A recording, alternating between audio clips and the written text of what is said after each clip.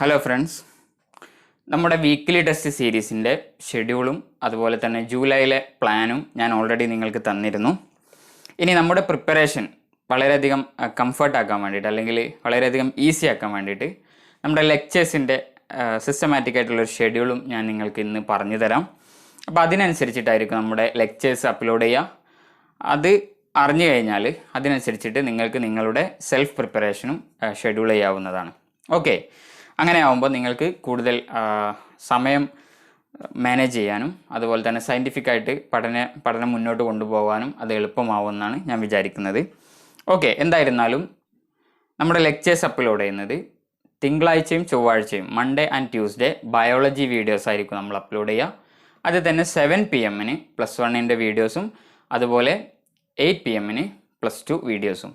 അപ്പോൾ നിങ്ങൾ റിപ്പീറ്റേഴ്സോ ആണെങ്കിൽ നിങ്ങൾക്ക് 2 വീഡിയോസും കാണാവുന്നതാണ്. +1 ആർക്ക് 7 PM വീഡിയോസ് മാത്രം കണ്ടാൽ മതിയാകും. ഓക്കെ, +2കാർക്കും അതുപോലെ റിപ്പീറ്റേഴ്സിനുമൊക്കെ 2 വീഡിയോസും കാണാവുന്നതാണ്.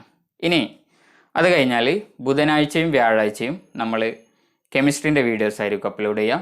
അതുപോലെ വെള്ളി ആൻഡ് ശനി, ഫ്രൈഡേ ആൻഡ് സാറ്റർഡേ നമ്മൾ ഫിസിക്സിൻ്റെ വീഡിയോസും ചെയ്യും. അതും ഇതുപോലെ തന്നെ 7 PM 8 PM ആയിരിക്കും അപ്ലോഡ് ചെയ്യുന്നത്. ബയോളജി +1 ആൻഡ് +2 വീഡിയോസ് നമ്മൾ 7 PM 8 PM ആയിരിക്കും ചെയ്യുക. അപ്പോൾ ഈ ഒരു ഷെഡ്യൂൾ നിങ്ങൾ കറക്റ്റ് നോട്ട് ചെയ്യുക.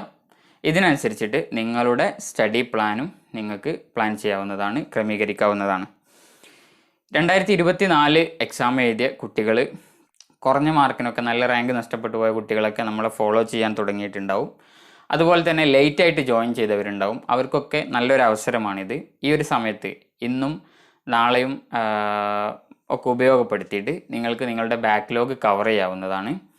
തിങ്കളാഴ്ച പെരുന്നാളാണല്ലോ, അപ്പോൾ തിങ്കളാഴ്ച നമ്മുടെ ലെക്ചേഴ്സ് ഉണ്ടായിരിക്കില്ല. ചൊവ്വാഴ്ച മുതൽ നമ്മൾ ഈ ഷെഡ്യൂൾ പോലെ തന്നെ നമ്മൾ വീണ്ടും അപ്ലോഡ് ചെയ്യുന്നത് തുടരും.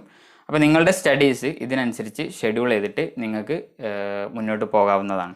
ഓക്കെ, വീക്ക്ലി ടെസ്റ്റിന് ഞാൻ ജൂലൈ മന്തിലേക്ക് ഞാൻ തന്ന പ്ലാൻ അനുസരിച്ചിട്ടായിരിക്കും ജൂലൈയിൽ എക്സാം നടക്കുക.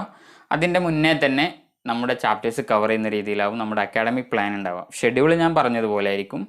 ചാപ്റ്റേഴ്സ് തീർക്കുന്നത് അതിൻ്റെ മുന്നേ തന്നെ തീരുന്ന രൂപത്തിലായിരിക്കും നമ്മുടെ വീഡിയോസ് അപ്ലോഡ് ചെയ്യുക. അപ്പോൾ നിങ്ങൾക്ക് നമ്മുടെ എക്സാമിനനുസരിച്ചിട്ട് ഷെഡ്യൂൾ ചെയ്ത് പോയാൽ നിങ്ങൾക്ക് സിലബസ് കംപ്ലീറ്റ് ആയിട്ട് തീർക്കാൻ പറ്റും.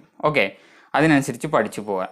നമ്മളെ ചാപ്റ്റേഴ്സ് തീർന്നിട്ട് നമ്മുടെ ലെക്ചേഴ്സ് തീർന്ന് നിങ്ങൾക്ക് റിവൈസ് ചെയ്യാനും കൂടിയുള്ള സമയം കിട്ടും. അതിൻ്റെ ശേഷം മാത്രമാണ് നമ്മുടെ എക്സാം വരിക. ആ ഒരു രൂപത്തിലായിരിക്കും നമ്മൾ ചാപ്റ്റേഴ്സ് കവർ ചെയ്ത് പോകുന്നത്.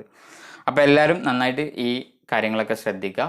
നമ്മുടെ അക്കാഡമിക് പ്ലാനിനനുസരിച്ചിട്ട് നിങ്ങൾ പോവുകയാണെങ്കിൽ നിങ്ങൾക്കൊന്നുകൂടി സയൻറ്റിഫിക് ആയിട്ട് തന്നെ പോർഷൻസ് കംപ്ലീറ്റ് ചെയ്യാനും അതുപോലെ തന്നെ ടെസ്റ്റ് ചെയ്ത് തീർക്കാനും ഒക്കെ സാധിക്കും. അതുകൊണ്ട് ഈ കാര്യങ്ങളെല്ലാവരും നോട്ട് ചെയ്യണം. ബാക്ക്ലോഗ് ആർക്കെങ്കിലും ഉണ്ടെങ്കിൽ അത് പെട്ടെന്ന് തന്നെ നമ്മൾ കവർ ചെയ്യണം.